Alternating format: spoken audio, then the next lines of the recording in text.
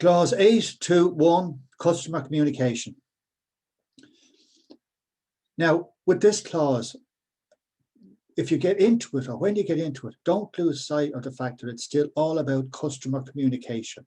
In fact, what I'll do is I'll keep bringing up that term as we plow through it, so that you're clear on what the sub-clause is all the way through. It's fairly straightforward and fairly easy to understand. That doesn't mean it's easy to implement all the time, but let's go through it anyway, and then I'll do some more explanation of it. It says customer communication shall include. Now, two important words there, shall. That means it is not optional, right? And it will include.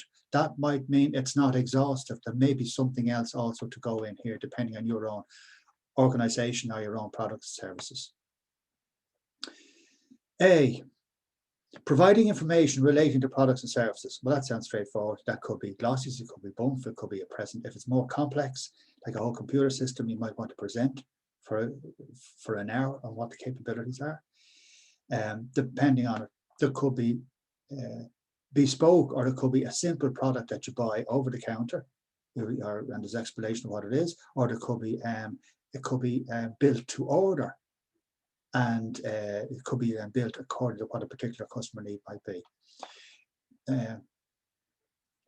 B, handling inquiries, contracts or orders including changes. Now remember, it's customer communication, right, includes handling inquiries, handling contracts, orders, including changes. All the communication is passing back and forth there. C, obtaining feedback relating to products and services, including customer complaints. So obtaining customer feedback. So this C is all about feedback. It's kind of about listening and receiving. Feedback relating to products and services, including customer complaints. And again, it shall include, right? It's not optional. It says in this clause here, you must obtain feedback about products and services, and you must obtain feedback about complaints, right, as part of your communication with the customer. D, handling or controlling customer property. Well, I see that is if the property, if you receive the property, let's say it's a laptop or a motor vehicle or something, and to be repaired or standard maintenance or whatever it is, that in the customer communication, you'll be explaining the handling and controlling of the property. Or if you go into a customer premises, into their property, to repair or do maintenance on their equipment with your own tools and your employees, there's communication there, back and forth as to how that is going to be conducted. But remember, the communication is what we're interested in at the moment. And E, establishing specific requirements for contingency actions when relevant. And this is the only one, it's when relevant, you shall include. So it doesn't say you shall include. So contingency actions, maybe the customer wants a delivery in 3 months' time.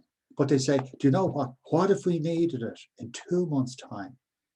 What could you do by way of contingency to meet that change? Or, Mr. Supplier, you have only one source of raw materials that you use.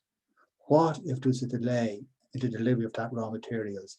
Are we, your client, going to be impacted? What contingency can you tell us about there? But again, it's saying it's where it's relevant. Only then. So wrapping it all up here now, this is a section of 8.2.1 of customer communications, and it says include all of these toing and froing of communications, contact information, good and bad, clarifications and everything else to take us into the next step into 8.2.2. So that's 8.2.1 customer communication.